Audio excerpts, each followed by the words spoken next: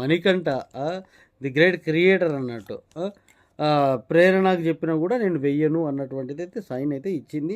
మాట్లాడకుండా తన దోశలు తను వేసుకుంటూ ఉంటుంది.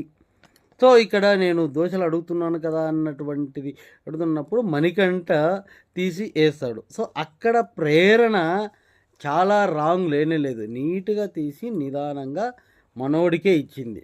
ఇచ్చి పక్కన పెట్టింది. సో విష్ణుప్రియ తినకుండా మణికంఠ వేసినవి తీసుకొని తినుకుంటూ పోయింది.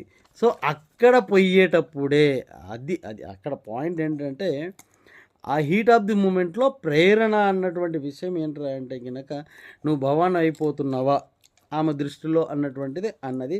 అది వినకూడని వాళ్ళు విష్ణుప్రియ వినేసింది. వినేసి దానికి హర్ట్ అయిపోయింది.